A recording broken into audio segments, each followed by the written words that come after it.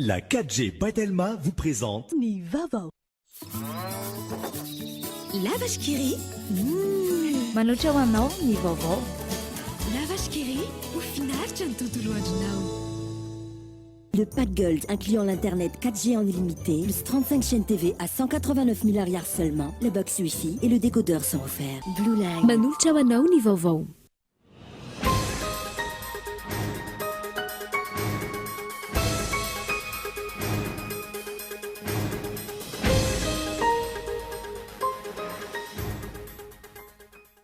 Averina amin'ny toerana tokony hisy aza ny mpitandro amin'ny filaminana ary ho hatsaraina ny fomba fiasa eo anivon'ny polisy-pirenena. Araka izany tsy ekena intsony fanaovana kolokolo sy ny fandaniana ny volam-panjakana hoy ny prime ministre lehiben'ny gouvernemanta nandritra ny fivorian'ireo tompon'andraikitra isan-tsokajiny eo anivon'ny polisy-pirenena teny Ivato. Noraisan'ny fanjakana antanana ny fanadiovana sy fanatsarana ny tatatra sy ny lakan-drano izay tokony anjaran'ny komina Antananarivo renivohitra. Tanjona ny fanatsarana ny renivohitra ary koa ny fisorohana ny meloa mety ho fiakaran-drano amin'ny fotoam-pahavaratra. Namoaka laharana maitso vaovao hoentina manatsara ny fomba fiasa sy adina amin'ny kolikoly ary ny fanondranana antsokosoko ny harem-pirenena ny eo anivon'ny fahadiseranana, fomba fiasa lavitry ny kolikoly sy ny fitantanana mangarahara ny tanjona amin'izany. Nanomboka omaly ary farana ny faran'ny volana izao ny adina ara-panatanjahantena ho an'ny fanadinana baccalauréat eto Antananarivo. Hatreto tovovavy 4 no fantatra fa nitondra voaka ary mpiadina 2 hafa kosa no voatsirika fa taizana aretina nandritry ny adina ara-panatanjahantena teny amin'ny ivon-toeram-panadinana teny Tsimbamasina.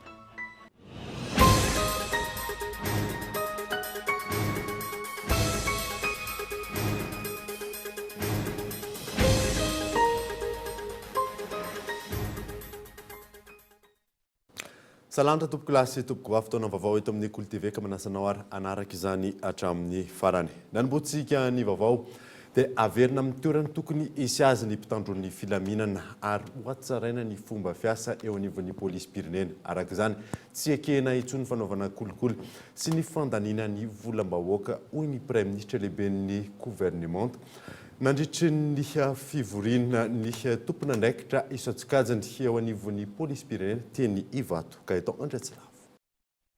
Maro ny asa vita nandritra ny enim-bolana hoy ny prime ministre lehiben'ny gouvernemanta nandritra ny fanokafana tamin'ny fomba ofisialy ny journée de concertation des grands responsables de la police nationale teny Ivato. Fivoriana izay natao mola volan'ireo lehibe sy tompon'andraikitra isan-tsokajiny eo anivon'ny polisy-pirenena, ireo paikady sy fomba fiasa vaovao anatsarana ny fomba fiasa sy ahafana manatanteraka ireo vina sy tanjona napetraka. Na izany aza, nanamafy hatrany ny prime ministre fa tsy ekena intsony ny kolikoly, fandaniana volam-bahoaka ary ny tsy fahaiza-mitantana izay manapotika ny firenena. Onatokoa no ahafana mieritreritra fa mbola misy polisy any amin'ny làlana firenena rehetra, any amin'ny tanàna mbola eo masin'olona rehetrarehetra zao antsiaka no mbola manao azany kolikoly zany. Olona mba ny fahifanana zany plasy anao zao tokony andraikitra voalohany amin'izany tranazavitra zany ohatra ka misy zany satria anao zao dia olona voategnitra hitondra olona no ny fahaiza-manao amin'ny fampitokisa misy eo aminareo sy ny tondran-kazakana. Anjaranareo no fampiteny amiko fomba voianina ny fomba fijereko no tokony andraikitra. Mahay olona le asany manana compétence izy. Zany izy complice. Natao akaiky ny vahoaka ny polisy-pirenena ary taky ny vaninandro amin'izao fotoana ny fanovana sy ny fomba fijery manakaiky ny vahoaka. Amin'izay fotoana, aingana kokoa ny fahafahana mandray fanapa-kevitra, indrindra raha misy tranga, manohitoina ny vahoaka sy ny fananany. Tokony amboarina ny rafitra hoy ny prime ministre ary amboarina mifanaraka amin'izay ihany koa ny olombelona na tsy ampy azy. Maninona fa fantatra fa rehetra no toerana ataoko hoe vokilasy hoe toerana mena na zone rouge. Kanefa raha jerena ny répartition nareo dia ana toerana manitsinitsy toerana malemilemy, toerana mety misy ataoko hoe asa tsy fanavikory amin'ny tena zay faritra mena zay no misy anareo. Tsy manana ka tsy misy ny efficacité d'ensemble amin'izany. Ny faran'androany ny fionana nataon'ireo tompon'andraikitra eo anivon'ny polisy-pirenena teny Ivato ametrahana fomba fiasa vaovao sy paikady vaovao. Isan'ny hojerena manokana ny toerana tokony isy ireo polisy-pirenena bebe kokoa ahafana miaro ny vahoaka sy ny fananany. Hojerena manokana ihany koa ireo polisy miopefy ka tokony hiarany sazy sy ny lalàna mifandraika amin'izany. Raha ny tarehimarika voaray da ao anatin'ny enim-bolana voalohany, polisy misy 20 no nahiditra amponja, 20 hafa nangatahana fanenjehana.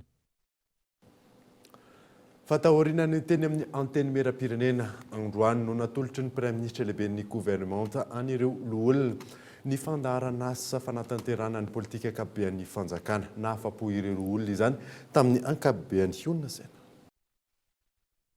Isa fotoana ity rehefa nadina mpanjakana andrasina mpiandro fonja misy 20 amponjato.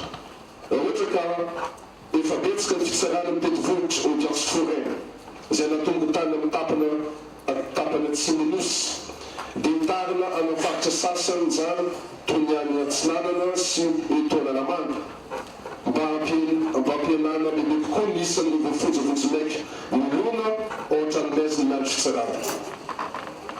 Anaovana ezaka manokana tokoa ny fanafainganana ny fisarana ny voafonjavonjy maika miandro fotoam-pisarana azy io. Asiana fanasarana ihany koa ny sakafo emena fonja mba hifanaraka amin'ny fanajana zolombelona sy ny fahasalamana. Araka izany no tanterana androany teny amin'ny antenimiran-dolona Anosy ny fanolorana ny fandaharana asa ho fanatanterana ny politika ankapobeny ny fanjakana izay notarihy ny Prime Ministre sy ireo mpikambana eo anivon'ny gouvernemanta. Ny PGE izay ahitana loha hevitra 5 lehibe ka nambaran'ny Prime Ministre lehibe ny gouvernemanta tamin'ny Antsipriny nanoloana ireo loholon'ny Madagasikara. Taorin'ny famakina izany niroso tamin'ny fametrahana fanontaniana sy fanamariana ireo loholony.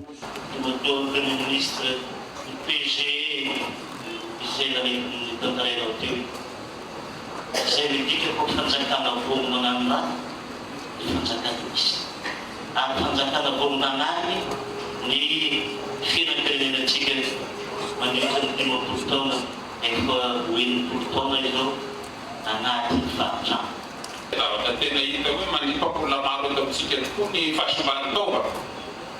Hatramin'izao rehefa mbola nivelany no anaovana azy io zany ka ny fanotana misy antsika ity zany no asany andrefana fatikevitra mikasika an'izay indrindra fa ny fanaovana sampoladieny izy maimay koa nera Madagasikara zava-dehibe zany amin'ny renivohim-paritra.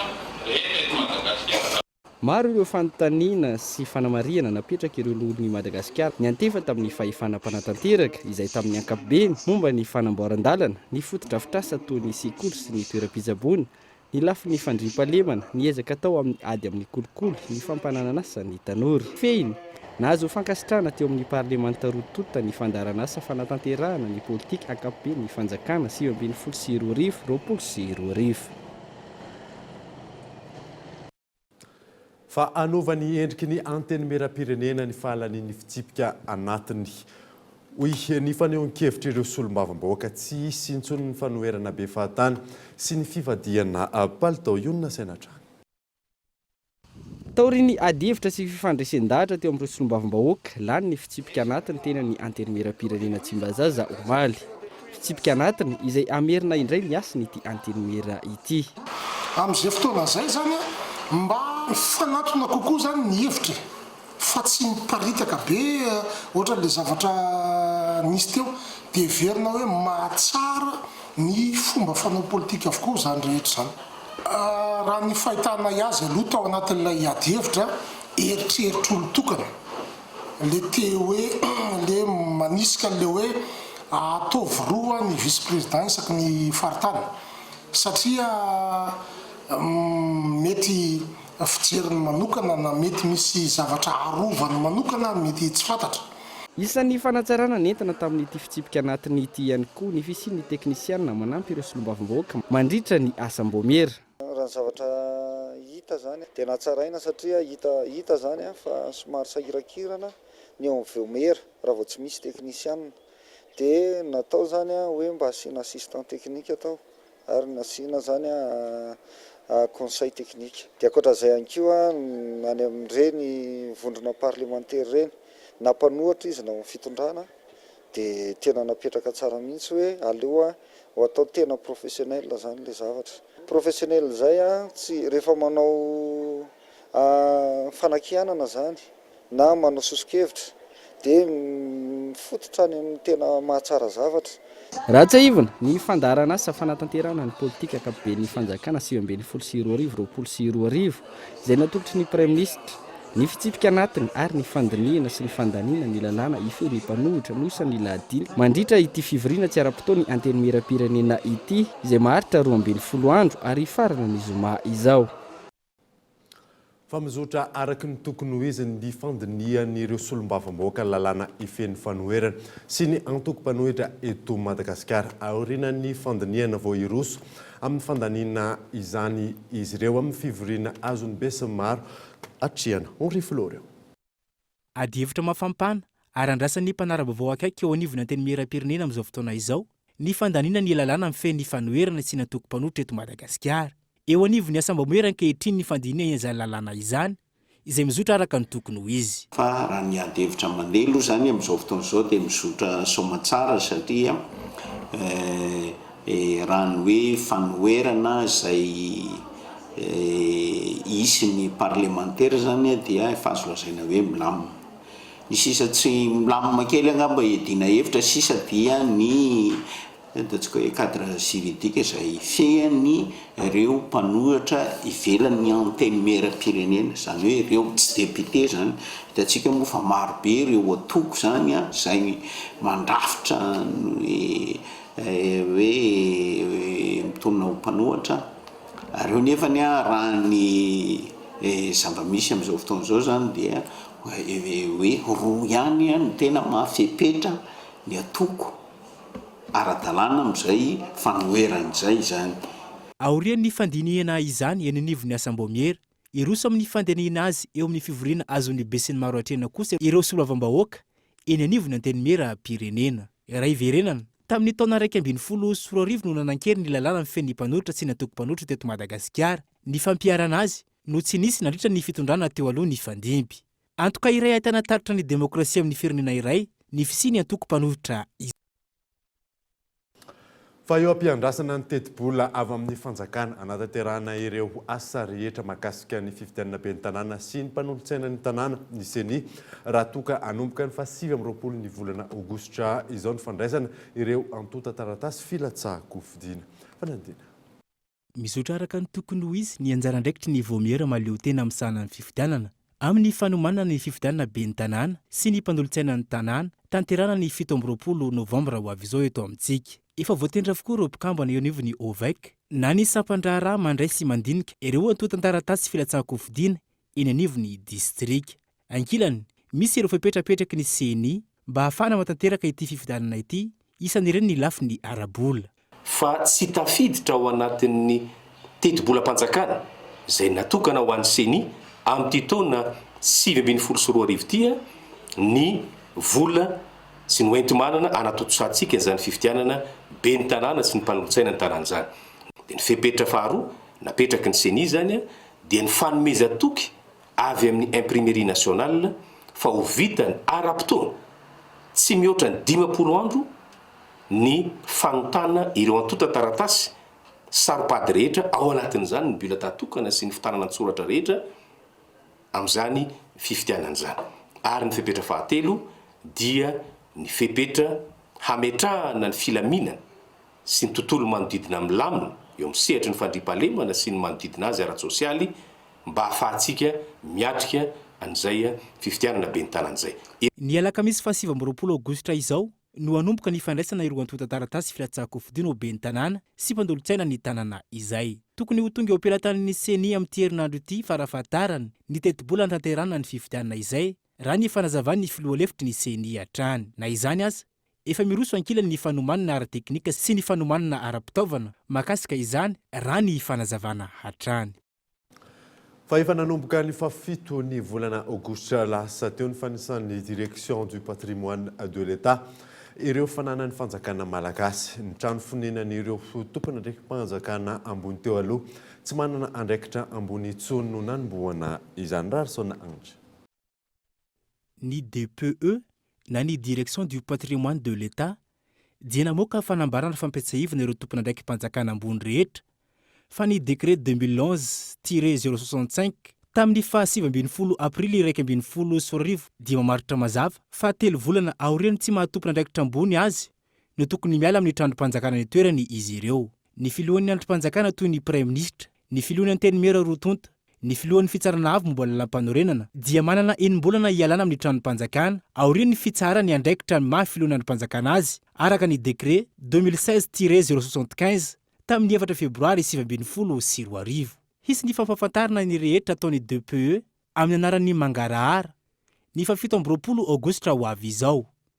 Ny fananam-panjakana rehetra voasoratra ao amin'izy ireo toy ny trano-panjakana, ny birao-panjakana, ny fiarakodia-panjakana izay ampiasain'ny tompona ndraiky mpanjakana sy eo anivon'ny ministera rehetra manerina ny nozy. Fantatra ihany koa fa tsy manana ny antotanisa amin'ny fananam-panjakana feno ny DPE ka hanomboka ny 9 septambra 2012 izao no hizaran'izy ireo amin'ny mpampiasa ny fitaovam-panjakana rehetra ny taratasy fanisany na ny fiche de recensement fananam-panjakana rehetra izay. Isan'ny fanamby apetraka ny fitondram-panjakana amin'izao fotoana izao ny anafoanana ny fitantanana gaboraraka amin'ny fananam-panjakana satria fananam-bahoaka izy ireny.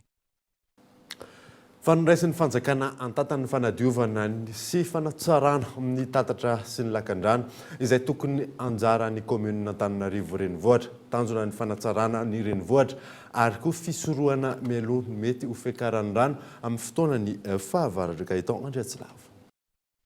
Isan-taona miakatra ny rano amin'ny faritra maro eto Antananarivo renivohitra vokatry ny fahatetseman'ny tatatra sy ny lakandrano izay andraikitry ny commune mandray tanana ny fanadiovana azy ireny. Raha ny hita amin'izao fotoana, rano miandrona sy tatatra tsetsina manerana ny arabe. Antaonany maro, tsy nisy fanadiovana ireny tatatra sy lakandrano ireny. Ny fako eny amoron'ny arabe ihany no misy mamafa fa isaky ny maraina. Eto Anosy ohatra, miainga eo amin'ny Sénat azo nandrefa nambojanahary, ny taona 2014 no nisy nanao curage farany ny dalina, hoy ireo mponina sy ireo mpivarotra eny an-toerana. Farany anio zareo tamin'ny 2010. Tamin'ny 2010 tsy nisy tsony ny sikotra zay dia eto mahita an'io hoe tsy nisy ny sikotra tsony ny dalina io dia zao ny ainanay miditra hatrany an-tranon'olona miparitaka fa tsetsina daholo le dalina dia miparitaka dia lasa miditra any an-tranon'olona satria nareo ngamba mahafantatra tsara fa raha misy zavatra kely azony rano ivoahana dia amin'iny izy miporitsaka. Ohatra amin'izao ihany fa tsy izy rehetrarehetra fotsiny asona fa ohatra hoe anapority izy kely. Tsy tadidiko fa efa fotoana efa lava efa ela mahitsy izay manao an'izy. Araka izany, ankoatra ny fanamboarana ny lalana sy ny trottoir amin'iny faritra iny, nandray an-tanana ny fanaovana curage ny dalina ihany koa ny fitondram-panjakana amin'ny alalan'ny ministeran'ny fanajariana ny tany, ny toeram-ponenana sy ny asa vaventy.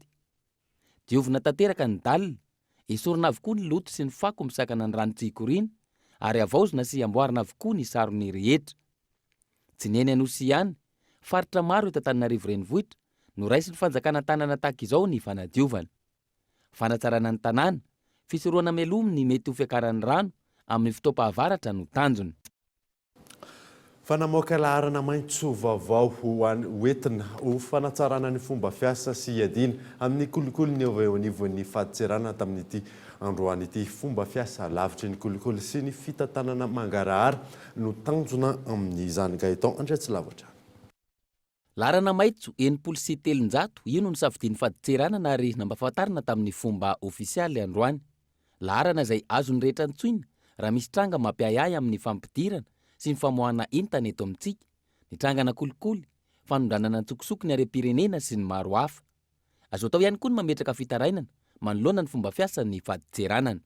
Anisan'ny iadiana mafy dia mafy satria manamboatra firenena ny corruption dia io dia mbola angatahana koa accessible io numéro io ahafahany tsirairay miantso raha misy olona any voan'izay hoe fampijaliana na contrainte koa zany hoe anerena afakana vola avy ato amin'ny agent atao fahatseranana dia aza misalasala fa informé eo antsoy numéro vert io fa maka ny adity tandrifinay koa zay par rapport amin'izay. Tafiditra ao anatin'ny fanatsarana ny fomba fiasa eo anivon'ny fahatseranana izao fametrahana larana maitso vaovao izao raha ny fanazavana. Efa niroso tamin'ny fampianana sy ny fanafoanana ny fampiasana taratasy amin'ny fikarakarana ny asan'ny fahatseranana. Anatsara ny fidiran'ny hetra amin'ny kitapom-bolam-panjakana ny tanjony. Ahafahana manatsara ny toe-karenina malagasy. Satria tsy vita ny fahatseranana rery ny ty aditia fa ilana ny fandraisana anjara tsiraray. Raha ohatra ka misy dénonciation na doléance izay hoentin'ny olona ray iny tena misy lanjany lehibe satria anadiovana ny misehatra ny fanjifana sy ny varotra eto firenena. Iarahantsika malala fa rehefa misy olona ray ohatra ho ankehitrina entana tsokosoko dia alatsa ny vidin'entana dia mikorotana daholo izy dia mitady koa ny mpanafatresana sasany hoe ahoana ny fomba ataonay mba hahafahanay ampidina ny vidin'entanay koa dia mandeha koa ny fraude. Izay zany raha ohatra ka misy midénoncé dia tsy ho izy fakananarana, tsy ho izy fakana numéro fa tena araka ny tenen'ny chef de service ny action économique teo hoe ny fanazavana mitombona sy détaillé no angatany fahatseranana. Tahaka ny larana maitso rehetra mandeha 7 andro ao anatin'ny 7 andro ary 420 ora ao anatin'ny 420 ora ny laharana hoy ny tompona andraikitra.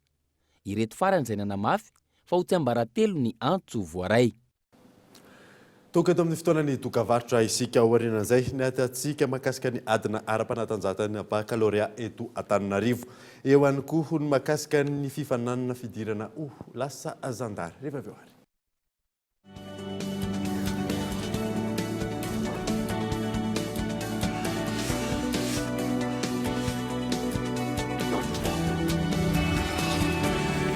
Gouty manolotra anao? Gaufrette anankiray. Avy eo misy crème. Dia gaufrette iray indray. Mbola ampiana crème. Dia gaufrette iray farany mikarepy kely. Tsy misy mihoatra ny frigo any Gouty. Naiza naiza. Amin'ny fotoana rehetra. Mbola betsaka crème sy gaufrette coco ifonosana lehibe frigo ilay gaufrette tiako indrindra. Amin'ny vidiny 20 ariary sy 20 ariary. Gouty, tous les plaisirs de la vie. Kifenay rehefa mampihetsi-po. Kifenay ny fotoana mamy. Kifenay rehefa mandona. Kifenay rehefa misosa be. Kifenay rehefa mafy. Kifenay ny mizary. Kifenay rehefa malagasy. Kifenay rehefa maharitra. Kifenay oui kif.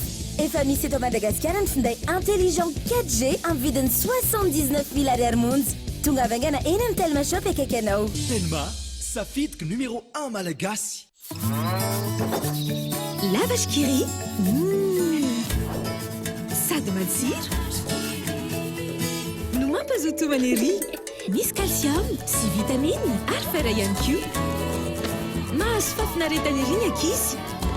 Efa na ny lehibe ihany koa. Lavage Kiri, ho finaritra ny tontolo andronao. Alors, quoi de neuf mon enfant? Rafael Nadal a encore gagné. Il fait 41 degrés à Paris et 12 degrés en tir à paix. Oh. Tu sais que les chiens peuvent détecter si tu as le paludisme en reniflant tes chaussettes. Mais comment tu sais tout ça? J'ai vu qu'on a Blue Line à la maison. Blue Line, c'est trop cool. Avec le pack Gold incluant l'internet 4G en illimité, plus 35 chaînes TV à 189 000 arrières seulement, les box Wi-Fi et le décodeur sont offerts. Et en ce moment, gagnez jusqu'à 5 Go de bonus, valable 24 heures sur 24 pendant 30 jours pour les offres prépayées internet. Blue Line. Les amis, c'est la rentrée. Ça va être la fête des bics. Vérifions que tout marche bien. Rassemblement.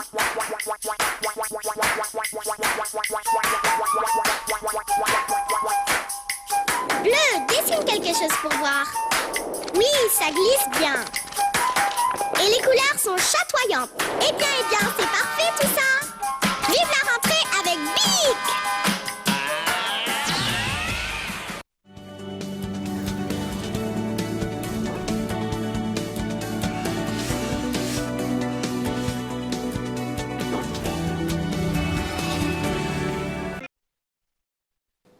Very eto amin'ny fampalalam-baovao isika nanozatsika ny vaovao dia tahorinan'ny CPE katolika niditra tamin'ny fanadinana BEPC katolika indray ireo mpianatra eny anivon'ny sekoly katolika izay nanomboka omaly karazana andrana ho an'ny fanadinam-panjakana ihany izany raha ny fanazavana azo Michel Aranardo. Ho an'ny distrikany Andohalo amin'ny sekoly katolika miisa 720 sy 100 ireo mpiadana ary iray amin'ireo sekoly manatanteraka ny BEPC katolika ny eto amin'ny sekoly Mariamanjaka Andohalo. Amin'ny ankapobeny sahala amin'ireo taranja hita eny amin'ny sekoly mpanjakana sy tsy miankina no hanadinina ireo mpianatra. Manampy azy ny taranja religion sy ny EVA, éducation à la vie et à l'amour. Raha ny fanazavana manandanja tanteraka ho an'ny sekoly katolika ny diplôma katolika antony izao fanadinina izao. Misy dikany io BEPC katolika dia isika rehetrarehetra mitady niveau mitadina ho an'ny taranaka antsika satria somary sahiranjairana ny fampianarana teo fanjakana zay zany ao anatin'ny eglise katolika miombona isika mitadina ny niveau mitandrina ny niveau ary mikarakara ho avy ny taranaka antsika mahazo io diplôma dia mbola manome lanja kokoa somary tsy tiako compare fa ohatran'ny manandanja kokoa ny diplôma BEPC satria indraindray niveau fanjakana dia somary ambany be ary manome fanantenana ho an'ny ankizy. Andreo mpiadana nanaiky ny resaka taminay hatreto ankoatra ny fanadinana ara-panjakana iraisana amin'ny rehetra tsy mametraka olana ho azy ireo ny fanatanterana izao fanadinana izao. Ohatrany hoe entraînement ihany izy zany fa miampy catéchisme efa fotsiny zay. Lagasy dia histo-géo, SVT, mathématique, physique, français dia anglais. Fa manana diplôma katolika zany dia raha ohatra hoe tady aza amin'ny katolika na hiditra amin'ny université katolika dia mora miditra université katolika raha izay ohatra mahazo diplôma katolika dia mora amin'ny katolika amin'ny mandray. Nanomboka omaly 20 aogositra rifarina ny zoma izao ny BEPC katolika ho an'ireo sekoly katolika eto Madagasikara.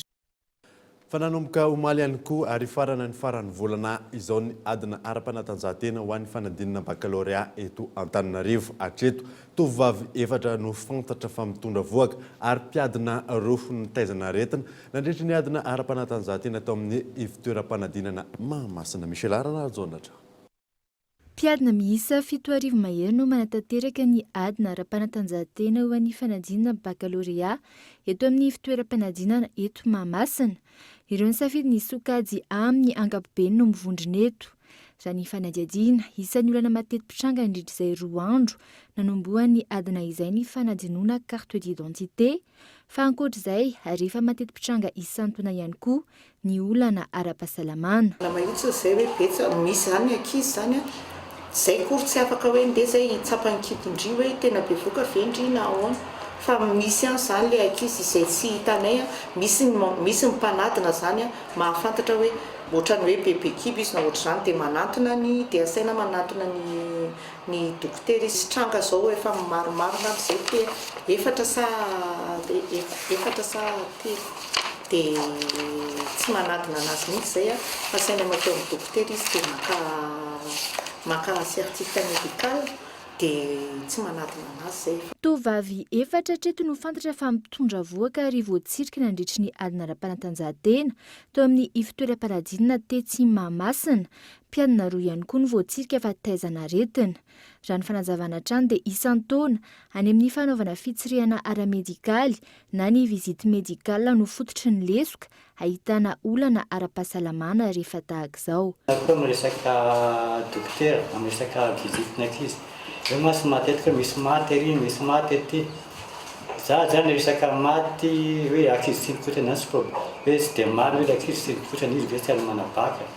fa resaka visite médicale zany mba tokony isy le visite tokony mba atao tena hoe lesina saidra misy le fa sy atao resaka verbal mba hoe inona ny maranao misy man'izao misy an'izao presque masy zay tahita dia any hoe misy le maty misy le torana. Ny maraina zany misy vehivavy izy ka hono manao miskiste izy zany dia tsy haiko aloha hoe hita tany amin'ny visite médicale ve io aretiny io sa tsy hita fa rehefa teo izy zany dia tsy nahavita ny endurance izy dia ny anankiray koa zany ny après midi nisy lehilahy anankiray koa asthmatique koa zany le izy tsy hoe hita tany ve le izy sa tsy hita tany fa ny évacuena mihitsy ny aloha zay zasy zay rehefa na tsy aritsaritena fa na tsy aritena ihany teo davinanao an'le demi-fond. Ho an'ny eto Antananarivo manokana dia nanomboka omaly 10 aogositra rifarina ny farany volana izao ny adina ara-panatanjahantena ho an'ny fanadinana baccalauréat. Fa ny mahakasika ny ankizy sy ny fanabeazana ara-pananana na ny éducation sexuelle ny fanadidina entin'ny agence capsule sy ny Cool TV FM aminao ny tindray mitoraka ity Angelo Toljanary. Araka ny hevitrao, aiza ny tokony ampianarana ny ankizy ny fanabeazana ara-pananana na ny éducation sexuelle. Io no fanontaniana napetraky ny agence capsule niarana tamin'ny Cool TV tamin'ny olom-pirenena 720 taona no miakatra ny 720 sy 20 aogositra lasa teo. Ny maro indrindra tamin'ireo no nanontaniana izany hoe ny 970 no nilaza fa any an-tsekoly sy eny amin'ny fianakaviana no tokony iresana ny fanabeazana ara-pananana. Ny 970 ny olona nanontaniana no namaly fa any an-tsekoly no tsara iresana izany ary ny 570 kosa amin'ireo olona nanontaniana resy lahatra fa eo anivon'ny fianakaviana no mety iresana izany fanabeazana ara-pananahana izany. Araka ny nambaran'ny ministry ny fanabeazam-pirenena dia antony mahatonga ny ankizy hitondra vokaloha loatra ka hitsokan-daharana any an-tsekoly ny tsy fampia ny fanabeazana ara-pananahana. Ahoana no ataon'ny ankizy hiaro ny vokatsy ny rina ary afantatra ny tsy tokony rosona amin'ny fanabadiana aloha loatra, ny mahafantatra ny maharatsy ny fifohana zava-domelona toka paraky sorongony. Raha voaro amin'izany ny ankizy mpianatra indrindra ny vehivavy dia mitombo ny fahavitan'ny mpianatra tsy mitsokan-daharana ary mahavita hatrany amin'ny 3e terminal zay tanjona azahoana diplôme mba ahafahan'ny ankizy mitady asa mba horeren'ny firenena rahatrizay. Miainga amin'ny fifanankalozan-kevitra eo amin'ny ray aman-dreny sy ny zanaka ny fampianarana ny ankizy sy ny fanabeazana ara-pananahana. Ary tsara raha atao taranja manokana ny an-tsekoly izany raha ny hevitra ireto olon-tsotra ireto. Ny an-tsekoly aloha zany no fototra voalohany tokony anabeazana ny ankizy satria any izy dia efa miainga mandray an'izany. Any koa no ahitan'ny ankizy ny faneraserana an'izany voalohany. Tokony tsisy amianatra zany ny resaka hoe fampianarana ny ankizy amin'ny resaka fananahana satria zavatra ilaina eo amin'ny fiainana zany zavatra zany ary tsy maintsy andalovan'ny olona rehetra rehefa miala eo fatanyrano dia tsy maintsy andalo amin'izany. Ka raha amiko zany tokony na zanaka lahy sy ray aman-dreny hoe ndreny vavy ary dia tokony afaka fampiresaka an'izay zavatra zany. Hatreto, raha ny eto Madagasikara no jerena, mbola tsy ampy ny fampianarana ny ankizy. Porofony zany nahitana ireo ankizy mitondra voka valo mpiadina fanadina ara-panatanjahantena baccalauréat zay natomboka omaly. Fa baccalauréat manomboka izao ny mari-pahaizana takina amin'ny fifaninanana idirana ho zandarmerie-pirenena eto Madagasikara. Efa manomboka hiatra izany amin'ny fifaninanana manaraka izay atao tsy ho ela. Mampiona rakotoarso. Tsy maintsy manana ny mari-pahaizana baccalauréat ny olom-pirenena malagasy tsy ankanavaka maniry ny handray anjara amin'ny fifaninanana idirana ho zandarmerie-pirenena manomboka izao raha toa ka mari-pahaizana BEPC hatrany no notakiana hatramin'izay. Hihatra manomboka amin'ity fifaninanana andiany 570 izay atao tsy ho ela izay fepetra no raisina izay raha ny loharanom-baovao azo hatrany. Izany no natao ho fampiakarana ny fahaiza-manao sy ny traikefan'ireo mpitandro ny filaminana hifanaraka amin'ny filany tanindrazana izay adidy miandry azy ireo dia ny fanompoana ny firenena.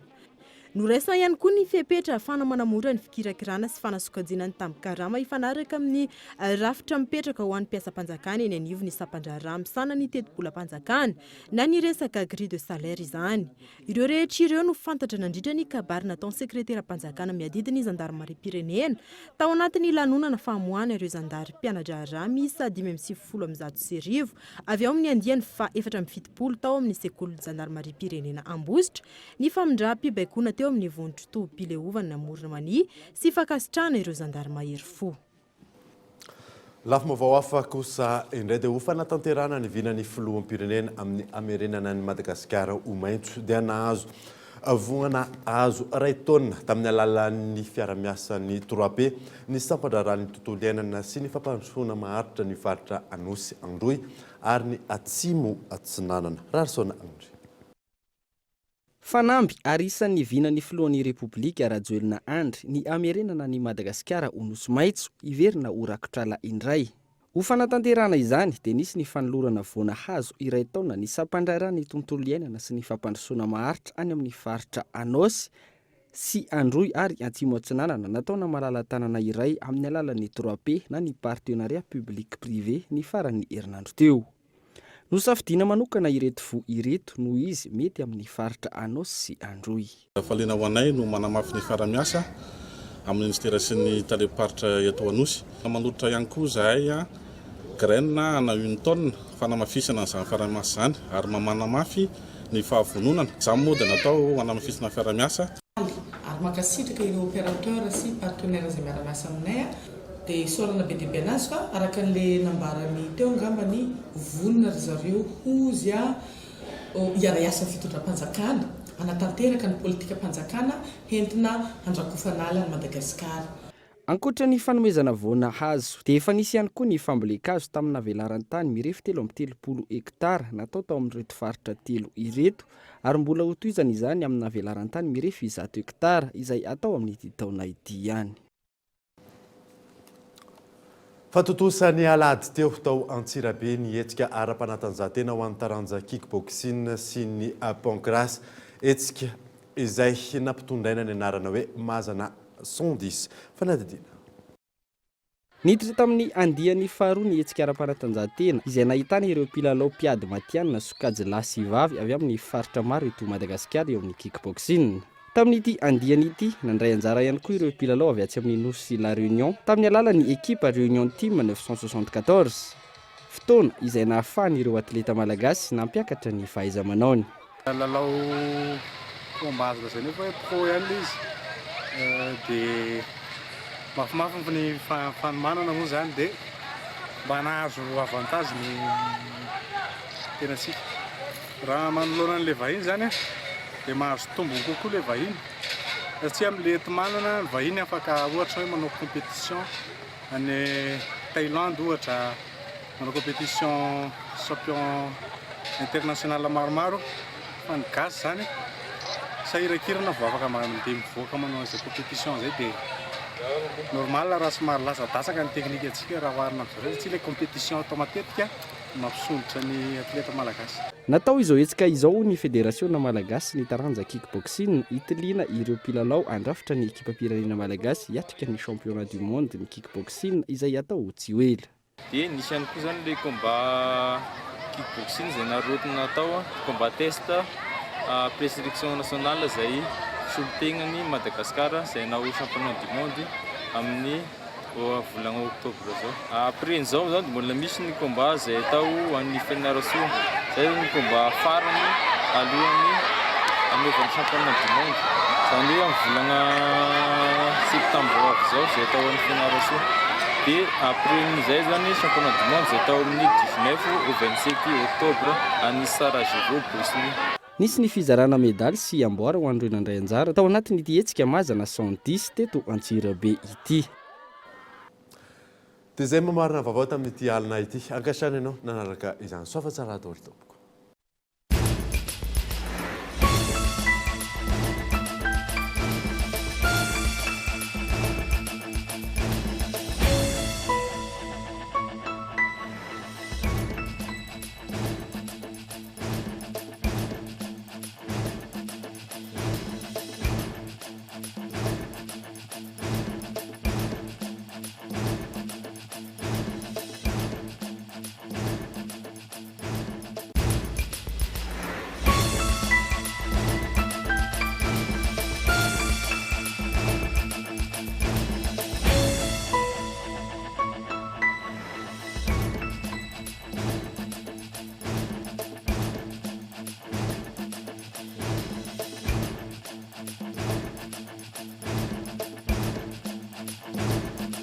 Le journal vous a été présenté par le pack Gold, incluant l'internet 4G en illimité, plus 35 chaînes TV à 189 000 arrières seulement, le box Wi-Fi et le décodeur sont offerts. Blue Line. La vache qui rit. Narainao teo ny vaovao miaraka amin'ny La vache qui rit. Au finaritra ny tontolo andronao. La 4G by Telma vous a présenté Ni vaovao.